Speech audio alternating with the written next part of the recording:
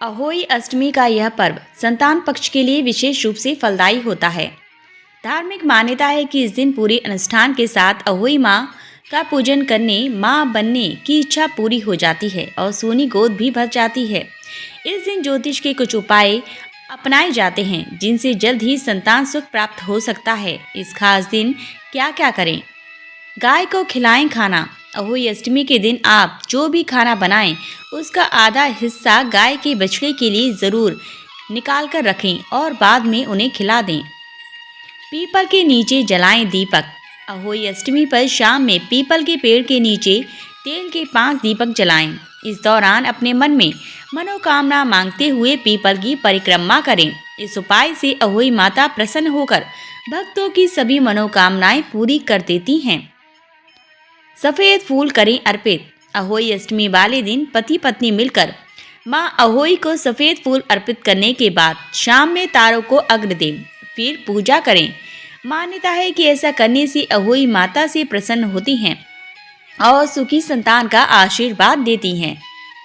लगाएं तुलसी का पौधा। अहोई अष्टमी के दिन घर में तुलसी का पौधा भी अवश्य लगाएं और फिर उसके विधिवत पूजन अर्चन करें। ऐसा करने से संतान के जीवन में खुशहाली आती है। चढ़ाएं मोती की माला। अगर आप संतान प्राप्ति की कामना कर रहे हैं तो इस दिन पति पत्नी एक साथ व्रत रखें। साथ ही इस दिन 7 से 9 चांदी के मोती की माला बनाकर पूजा के समय अहोई माता को यह माला पहनाकर फिर संतान प्राप्ति की कामना करें। इस उपाय को करने से दाम्पत्य जीवन के मतभेद भी दूर हो जाते हैं। श्रृंगार का सामान करें अर्पित।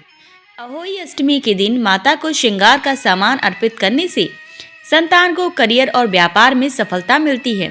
साथ ही पति पत्नी के बीच संबंध मधुर होते हैं। इस दिन व्रत करने वाली महिलाओं को माँ अहोई अखंड सौभाग्य का वरदान देती हैं। इस दिन अहोई माता की पूजा के दौरान दूध भात का भोग लगाकर लाल फूल अवश्य अर्पित करें। लाल फूल हाथ में लेकर अपनी संतान के लिए कामना करें।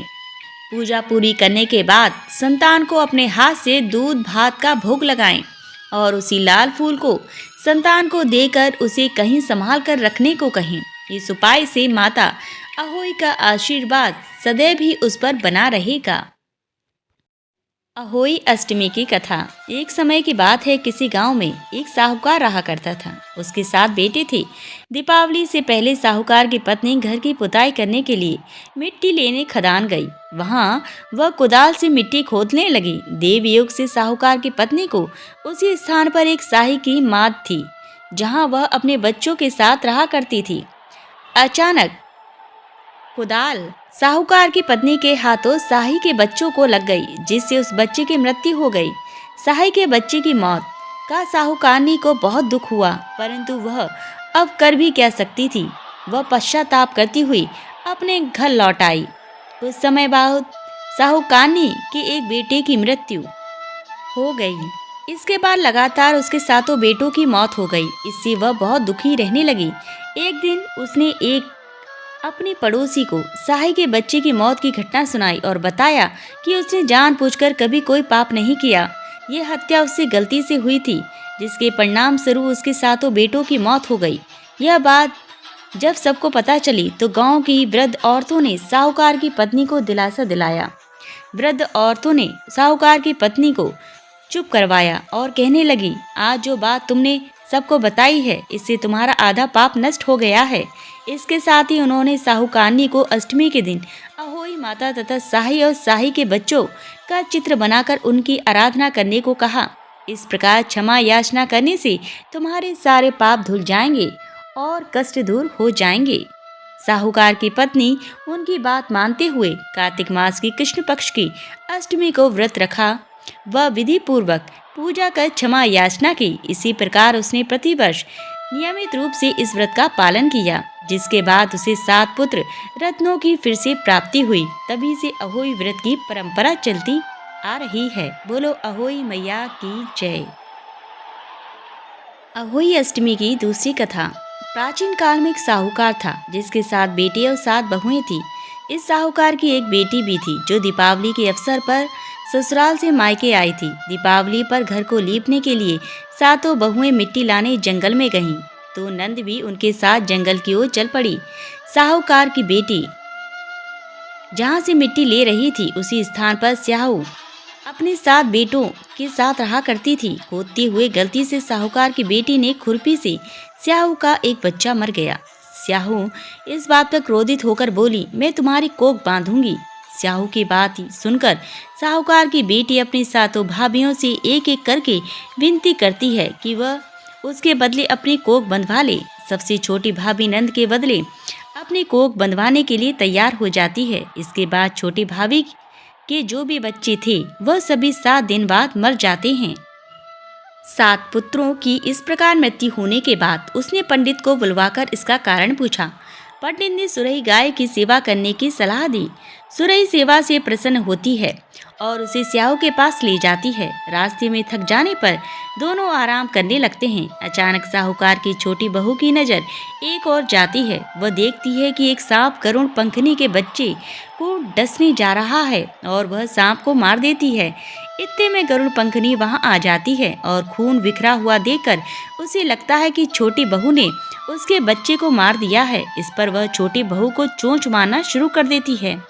छोटी बहू इस पर कहती है कि उसने तो उसके बच्चे की जान बचाई है। गरुड़ पंखनी इस पर खुश होती है और सुरई सहित उन्हें स्याहू के पास पहुंचा देती है। स्याहू छोटी बहू की सेवा से प्रसन्न होकर उसे 7 पुत्र और 7 बहुएं होने का आशीर्वाद देती है। स्याहू के आशीर्वाद से छोटी बहू का घर पुत्र पुत्रियों की बंधुओं से हरा भरा हो जाता है। अहोई अष्टमी का अर्थ इस प्रकार से यह भी होता है, अनहोनी को होनी बनाना, जैसे साहूकार की छोटी बहू ने कर दिखाया था। बोलो अहोई मैया की जय।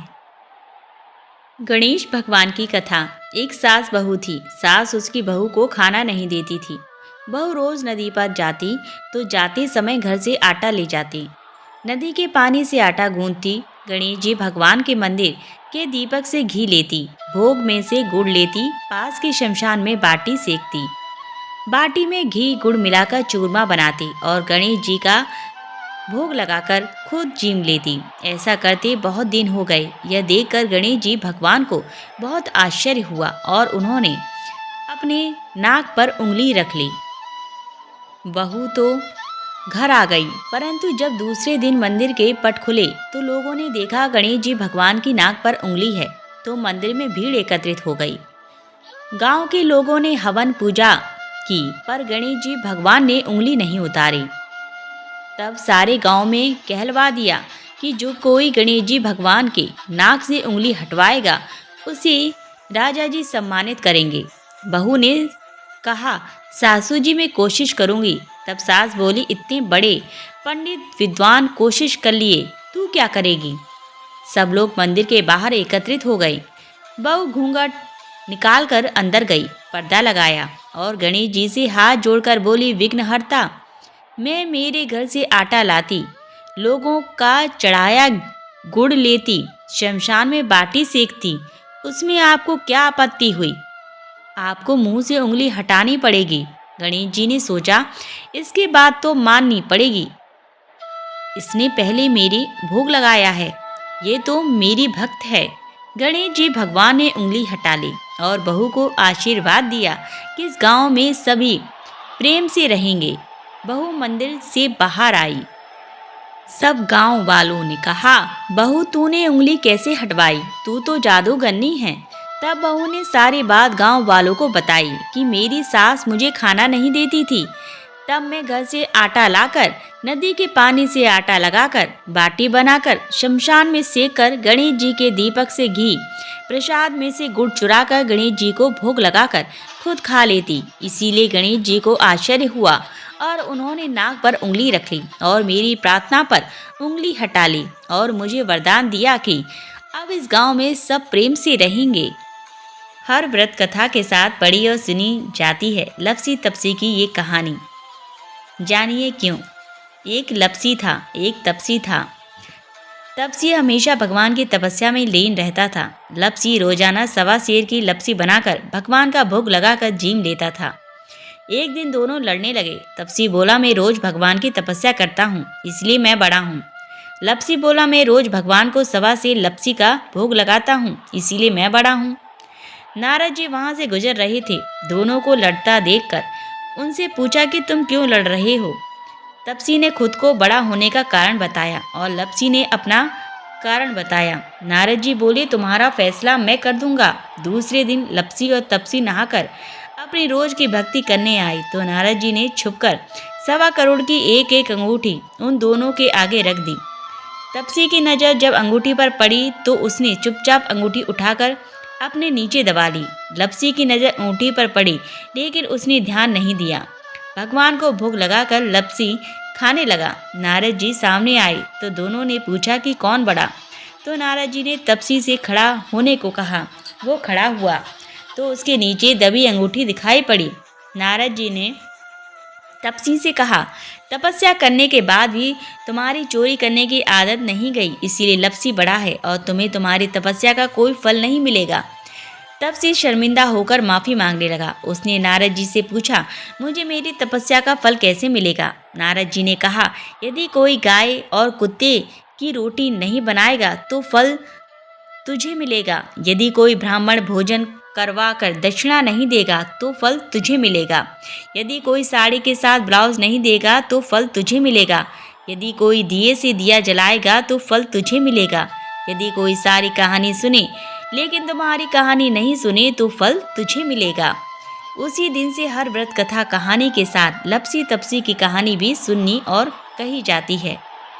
एक लोभिया था, कठोर तपस्या करता था। एक पांव पर खड़ा होकर कठिन तप करता था।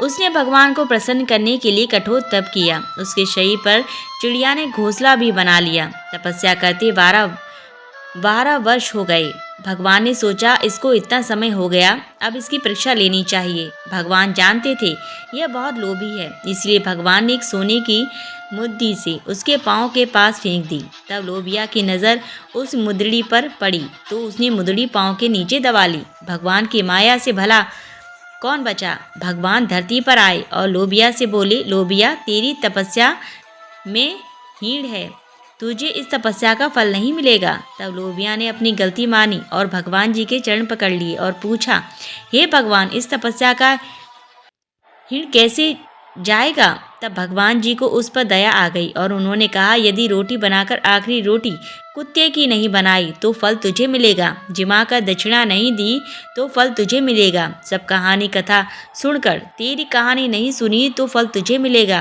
तभी से सभी व्रत कहानी सुनने के बाद लोभिया की कहानी सुनी जाती है।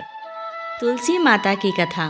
कार्तिक महीने में एक बुढ़िया माई तुलसी जी को सींचती और कहती कि हे तुलसी माता, सत की दाता, मैं तेरा बिरला सींचती हूँ, मुझे बहू दे, पीताम्बर की धोती दे, मीठा मीठा घास दे, बैकुंठा में बास दे, चटक की चाल दे, पटक की मौत दे, चंदन का काट दे, रानी सा राज दे, दाल भात का भोजन दे, 11 की मौत दे, कृष्ण जी की कंधा दे।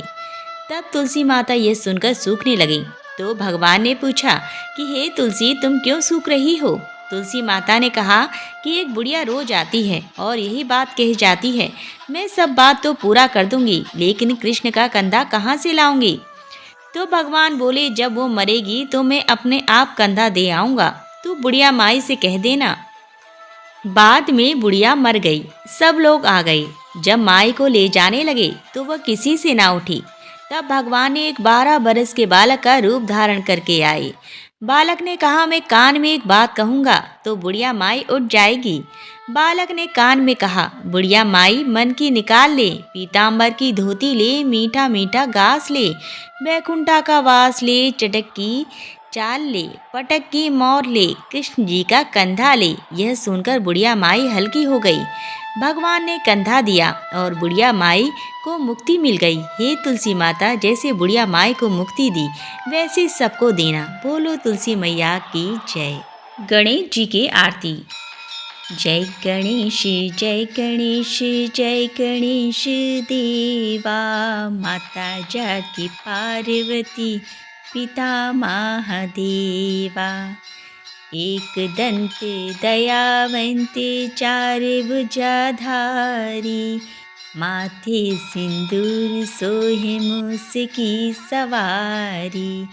जय गणेश जय गणेश जय गणेश देवा, माता जाकी पार्वती पिता महादेवा।